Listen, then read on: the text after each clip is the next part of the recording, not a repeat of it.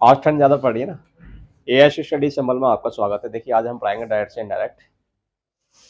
और अच्छा सभी ध्यान दें। देखिए इसमें पहले ये जो हमने तालिका बनाई है, पर्सन होते हैं हमारे फर्स्ट सेकंड थर्ड। ठीक है, ये सब्जेक्ट ऑब्जेक्ट और एडजेक्टिव है ये शॉर्ट में। ठीक है, लिखा है। तो देखिए इसे डायरेक्ट से इनडायरेक्ट बनाएंगे तो हमें इसकी आवश्यकता पड़ेगी जरूर। ये तीन है ना, तीन पर्सन है और इसकी हमें आवश्यकता ज़्यादा पड़ती है डायरेक्ट से इनडायरेक्ट बनाने में। तो देखिए सबसे पहले ध्यान देंगे हम। देखिए एग्जाम्पल नंबर 1 सबसे आसान तरीका बताएंगे इसमें।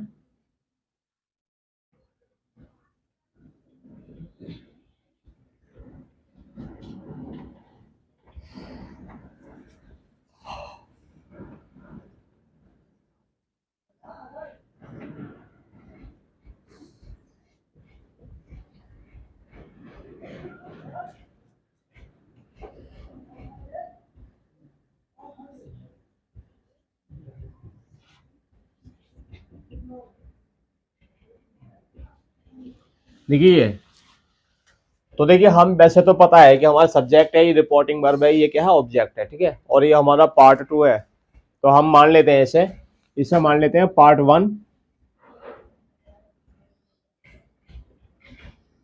ठीक है, और इसे मान लेते हैं पार्ट 2।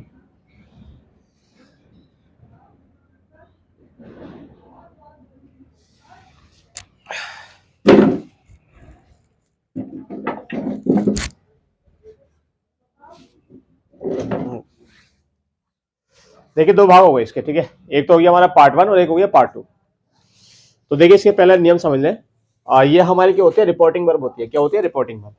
ठीक है, तो हमने पिछली क्लास में बताया था कि यदि डायरेक्ट से हम इनडायरेक्ट बना रहे हैं तो इनडायरेक्ट बनाते समय इस टेंस सेंटेंस को कन्वर्ट करना होता है। होता नहीं होता, किस टेंस में चेंज करते हैं। तो हमने पिछली क्लास में पढ़ाया था। ठीक है, तो पहले हम इसका रूल्स लिखवा देते हैं। देखिए यदि जो बनाने के नियम है,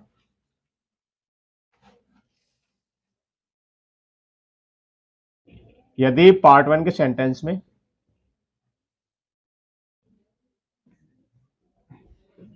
क्या ये पार्ट 1 का सेंटेंस है। ठीक है, और ये क्या हमारी रिपोर्टिंग वर्ब है। क्या ये रिपोर्टिंग वर्ब आ रहा है। ठीक है, ये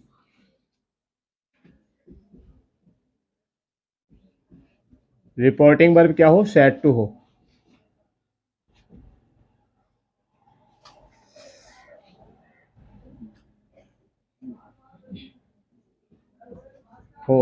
तथा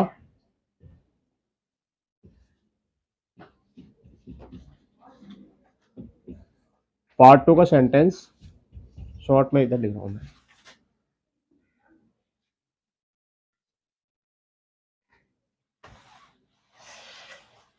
क्या हो, अफर्मेटिव हो, अफर्मेटिव सेंटेंस हो। ठीक है ना, अफर्मेटिव क्या था या निगेटिव। पार्ट 2 का सेंटेंस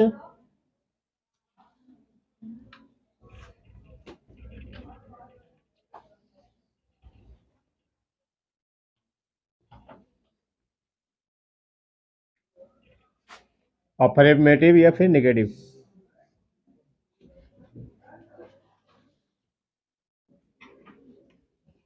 सेंटेंस हो, मतलब इंपरेटिव सेंटेंस ना हो। इंपरेटिव या मतलब जो अदर सेंटेंस आते हैं लेटर्स वाले, ये सेंटेंस नहीं हो, सिर्फ ओनली क्या हो, सिंपल सेंटेंस हो, अफर्मेटिव या निगेटिव। ठीक है ना, समझ रहे जी। अब मतलब इसमें इंपरेटिव और जो लेटर्स वाले सेंटेंस होते हैं या फिर ऑप्टेटिव होते हैं, एक्सक्लेमेटरी, ये सेंटेंस ना हो।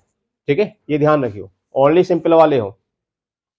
ठीक है, तो इसमें क्या हमारे अफर्मेटिव सेंटेंस, नेगेटिव सेंटेंस मैंने बताया कि एक्सक्लेमेटरी सेंटेंस ना हो, ऑप्टेटिव ना हो, लेटर्स वाले ना हो और इंपरेटिव सेंटेंस ना हो। ठीक है, ओनली के सिंपल वाले से ये प्रेजेंट टेंस, प्रेजेंट, पास्ट और ये क्या है फ्यूचर, बस इन्हीं के टेंस हो ओनली। ठीक है, तो हम क्या करते हैं, अफर्मेटिव और निगेटिव होने चाहिए, अफर्मेटिव और निगेटिव हो। तब क्या करना, तब इनडायरेक्ट बनाते समय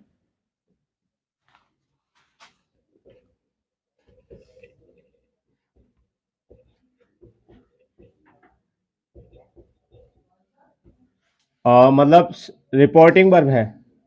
यार मैं सही सुना,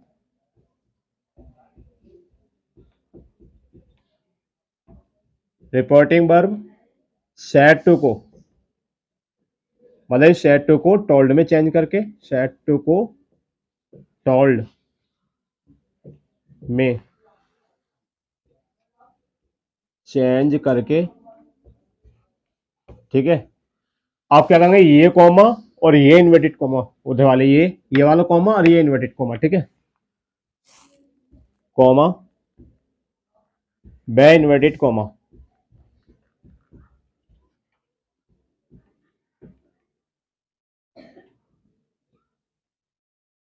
हटाकर डेट लगाकर, क्या करेंगे हम, डेट लगा देंगे, इन हटा देंगे, डेट लगा देंगे, डेट लगाकर पार्ट टू के सेंटेंस को इनडायरेक्ट बनाने के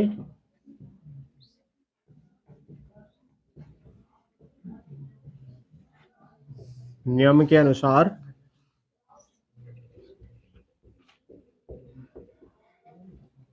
जोड़ देते हैं, ठीक है, क्या करेंगे, जोड़ देते हैं।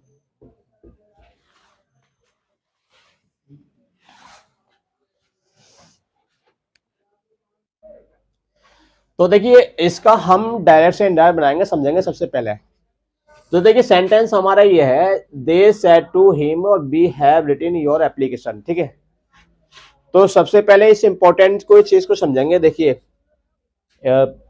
यदि पार्ट वन के सब्जेक्ट, पार्ट वन के सेंटेंस का सब्जेक्ट, मैं ऐसे अब समझा रहा हूं आपको। यदि पार्ट वन का, मतलब इस वाले का, ये वाला पार्ट वन का सेंटेंस है ना, इसका सब्जेक्ट आता है दे, ही, शी, यू और आई और बी, मतलब ये क्या हमारे प्रोनाउन वर्ड है, क्या है ये प्रोनाउन सब्जेक्ट है, प्रोनाउन है, प्रोनाउन सब्जेक्ट, ये प्रोनाउन है हमारे। यदि ये प्रोनाउन कोई सा भी वर्ड आता है, दे आता है, ही आता है, सी आता है, यू आता है, आई आता है, बी आता है या फिर इट आता है, यहाँ पे मान लो इट मान लो, ठीक है। यदि ये वर्ड आते हैं, ये वर्ड आते हैं और यहाँ पे फर्स्ट पर्सन हो, फर्स्ट पर्सन के सब्जेक्ट हो, ध्यान दो सभी, यहाँ पे पहले यहाँ पर फर्स्ट पर्सन हो, आई और बी, हमारे फर्स्ट पर्सन कौन से, आई और बी है, सब्जेक्ट ओनली, ध्यान दो सभी। अगर ये प्रोनाउन वर्ड है हमारे कौन से, दे, ही, सी, यू, आई, बी, इट, और हमारे यहाँ पे आई और बी है क्या, फर्स्ट पर्सन, आई और बी है फर्स्ट पर्सन, तो क्या होता है, सन बटे 123 में आपको लगा रहा हूं मैं, यहाँ पे, यहाँ नहीं दे रहा मैं इसे, मैं यहाँ थोड़ा यहाँ दूंगा, अभी बाद में समझाऊंगा इस चीज के लिए, पहले ये थोड़ा टॉपिक समझ लो। ये क्या है, सन बटे 123, ठीक है, ऐसा होता है सब्जेक्ट, मतलब यदि ये क्यों लिखा सन बटे 123, देखिए ऐसा होता सब्जेक्ट, ओ सा होता ऑब्जेक्ट, एन से होता नो चेंज, ठीक है, और ये होता फर्स्ट, फर्स्ट क्यों दे रखा, फर्स्ट होता फर्स्ट पर्सन, एक क्यों दे रखा है, ये फर्स्ट क्यों दे रखा है, ये होता फर्स्ट पर्सन, ये होता सेकंड पर्सन, ये होता थर्ड पर्सन।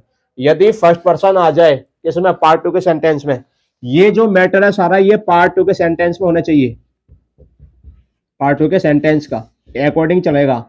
जैसे लाल बटे कक्का चलता है ना, लाल बटे कक्का मैथ में, लाल बटे कक्का चलता है ना, साइन कोस टेन कोस, है ना, सेक कोसेक होता है ना, sine cos tan cot sec cosec होता है ना, लाल बटे कक्का में ऐसे होता है ना, चलता है।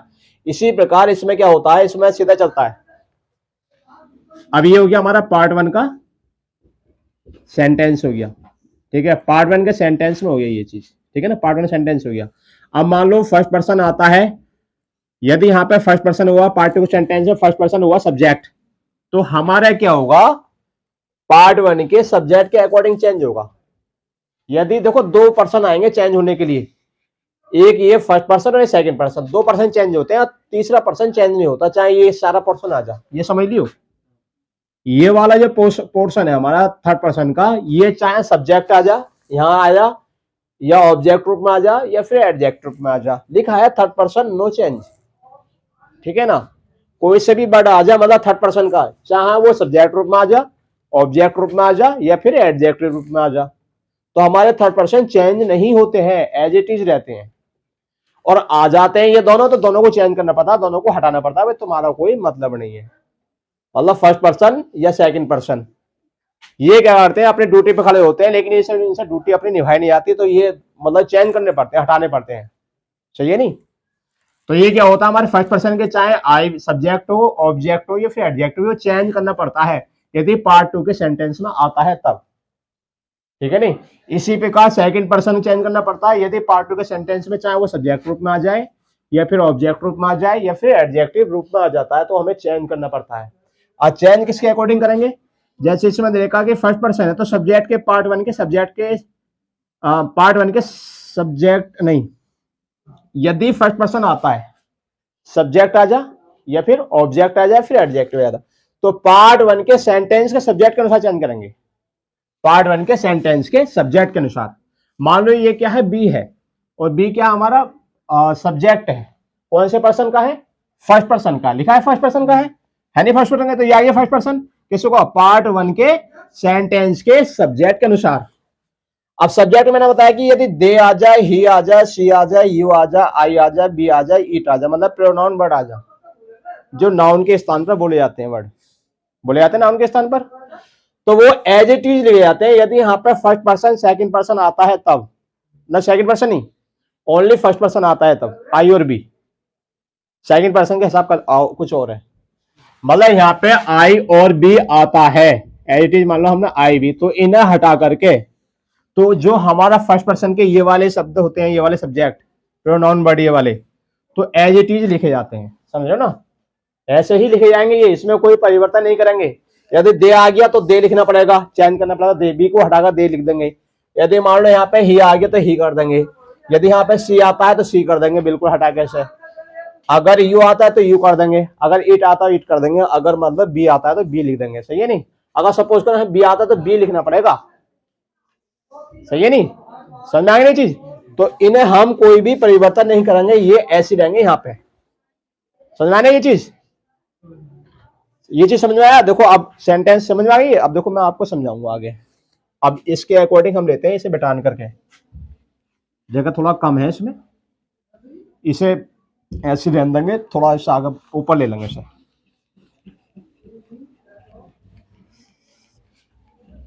देखो पहले इसके अकॉर्डिंग चलेंगे। यदि पार्ट 1 के सेंटेंस में रिपोर्टिंग वर्ब सेड टू है सेड टू, अगर सेड टू है तो टोल्ड करना पड़ेगा, चेंज करना पड़ेगा। यदि सेड आती है निकले तो सेड का सेड ही लिखना पड़ेगा। सही है नहीं? सेड का सेड ही लिखना पड़ेगा। और पार्ट 2 का सेंटेंस किसमें? अफर्मेटिव सेंटेंस हुई या फिर नेगेटिव सेंटेंस हो, मतलब कोई भी टेंस हो, चाहे वो प्रेजेंट का टेंस हो या पास्ट का टेंस हो या फिर फ्यूचर का टेंस हो, कोई भी होता है तीनों में से। ठीक है? कोई भी हो सकता है, लेकिन मैंने अभी पहला बताया था आपको, ऑप्टेटिव ना हो, इंपरेटिव ना हो, एक्सक्लेमेटरी ना हो, लेटर्स वाले ना हो सेंटेंस, ये ध्यान रखना है। ठीक है? ये सेंटेंस ना हो, इस टेंस के कोई सेंटेंस ना हो, ध्यान दियो। तो हमें अब देखो ये क्या आ गया, नेगेटिव सेंटेंस हो गया, हो तब इनडायरेक्ट बनाते समय रिपोर्टिंग वर्ब सेड टू को, देखिए बनाएंगे इसका इनडायरेक्ट, यहां से बनाएंगे ये वाला। देखो देगा तो दे रहेगा जैसे है ये। अब सेड टू को किस में करेंगे हम? टोल्ड में चेंज करेंगे। किस में? टोल्ड में। टोल्ड में चेंज करके अब हमने सेड टू को किस में कर दिया? टोल्ड में चेंज कर दिया। क्या बचा? ये हिम बचा, तो हिम का हिम ऐसे रहेगा। ओनली हमने सेड टू को चेंज करा टोल्ड में। ठीक है? अब ये बता रहा है कॉमा, ये वाला कॉमा, तो ये कह रहा है इन्वर्टेड कॉमा, ये दोनों इन्वर्टेड कॉमा, दोनों को हटा देंगे। हटा दिया हमने। अब हटाकर डैट लगाकर अब क्या करेंगे? कॉमा ये वाला हटा दिया और ये इन्वर्टेड कॉमा हटा दिया, क्या लगा देंगे हम? डैट लगा देंगे। ठीक है? डैट लगाकर लगा दिया हमने पार्ट 2 के सेंटेंस को। अब ये पार्ट 2 का सेंटेंस है, पार्ट 2 के सेंटेंस को इनडायरेक्ट बनाने के नियम के अनुसार। अब इनडायरेक्ट बनाने के नियम जो हमने पिछली क्लास में बताए थे, जैसे हमने बताया था कि प्रेजेंट कौन सा टेंस है, ये कौन सा टेंस का सेंटेंस है? ये प्रेजेंट परफेक्ट टेंस का सेंटेंस है। क्यों है? क्योंकि इसमें हैज हैव आया और वर्ब की थर्ड फॉर्म आई है, इसलिए है। पहचान गई ना इसमें? अब इस प्रेजेंट परफेक्ट टेंस को किस में चेंज करते हैं? पास्ट परफेक्ट टेंस में करते हैं ना। हो गया इंडिया बनाने के नियम, तो पास्ट परफेक्ट में चेंज करेंगे इसे। तो पहले ये क्या, अब देखो अब लग जाएगा सर्वनाम, हम लेते हैं यहाँ पे, यहाँ लेते हैं। अब ये क्या है? हमारा फर्स्ट पर्सन का क्या है? सब्जेक्ट है, फर्स्ट पर्सन है ना ये। किसके अनुसार चेंज होगा? पार्ट 1 के सेंटेंस के सब्जेक्ट के अनुसार। पार्ट 1 का सेंटेंस क्या है? पार्ट 1 का सेंटेंस ये है और सब्जेक्ट कौन सा? दे है, तो दे का दे हो जाएगा, चेंज हो जाएगा ये दे में। मैंने बताया ना कि आई और बी यदि हमारे फर्स्ट पर्सन के सब्जेक्ट आ जाते हैं तो हमें पार्ट वन के सेंटेंस के सब्जेक्ट के अकॉर्डिंग चेंज करना पड़ता है। समझ में आया ना ये चीज? तो हमने चेंज कर दिया, ये दे कर दिया चेंज, क्योंकि दे को दे में चेंज कर दिया। अब ये चेंज होगा सेंटेंस पूरा, क्योंकि ये हमें पता है कि प्रेजेंट परफेक्ट टेंस है और हमने पिछली क्लास में पढ़ा है कि प्रेजेंट परफेक्ट टेंस को पास्ट परफेक्ट टेंस में कन्वर्ट करते हैं। तो क्या हो जाएगा? हेड हो जाएगा। आता है ना पास्ट परफेक्ट में हेड हो जाता है। वर्ब की थर्ड फॉर्म हमारी क्या आती है? रिटन आती है। ठीक, अब ये एडजेक्टिव देखिए, इस समय क्या होता है पार्ट वन के सेंटेंस में, हमेशा ध्यान रखो। पार्ट टू के सेंटेंस में, पार्ट वन के नहीं, पार्ट टू सेंटेंस में, पार्ट टू के सेंटेंस में फर्स्ट पर्सन के यदि सब्जेक्ट आ जाते, मैं अभी बता रहा हूं, दोबारा बताया था, यदि सब्जेक्ट आता है तो चेंज करना पड़ेगा, ऑब्जेक्ट आता है तो चेंज करना पड़ेगा, यदि एडजेक्टिव आती है तो चेंज करना पड़ेगा। इसी प्रकार यदि सेकंड पर्सन के कोई सब्जेक्ट आता है यहां पे इस रूप में तो चेंज करना पड़ेगा, यदि मान लो ऑब्जेक्ट आता है तो वो भी चेंज करना पड़ेगा, यदि एडजेक्टिव आती है तो वो भी चेंज करना पड़ेगा। समझ में आ रहा ना ये चीज? पार्ट टू के सेंटेंस में होनी चाहिए फर्स्ट पर्सन और सेकंड पर्सन के, चाहे वो सब्जेक्ट हो, ऑब्जेक्ट हो या फिर एडजेक्टिव, वो चेंज करने पड़ेंगे, हटाने पड़ेंगे, दूसरे लगाने पड़ेंगे वहां पे। सही है नहीं? अब और थर्ड पर्सन क्या आ जाए तो उसमें कोई नो चेंज, वो चेंज करते नहीं है। मान लो आप देखो इसमें क्या है, पार्ट वन का वो सेकंड पर्सन की क्या है, ये एडजेक्टिव है, पता है कि सेकंड पर्सन की, देखो सेकंड पर्सन है और ये क्या है? एडजेक्टिव है, योर आई है। तो हमारे क्या सेकंड पर्सन ये है सेकंड पर्सन। तो अब सामने जाओ ऊपर को, तो ये क्या है? ओ है, ओ से क्या होता है? ऑब्जेक्ट।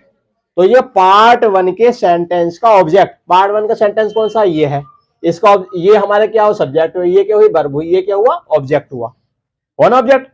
अब ऑब्जेक्ट क्या है? हिम है, हिम है नहीं है। अब हिम वाले लाइन में जाओ, ये आ गया हिम, है ना, हिम आ गया ना ये वाला।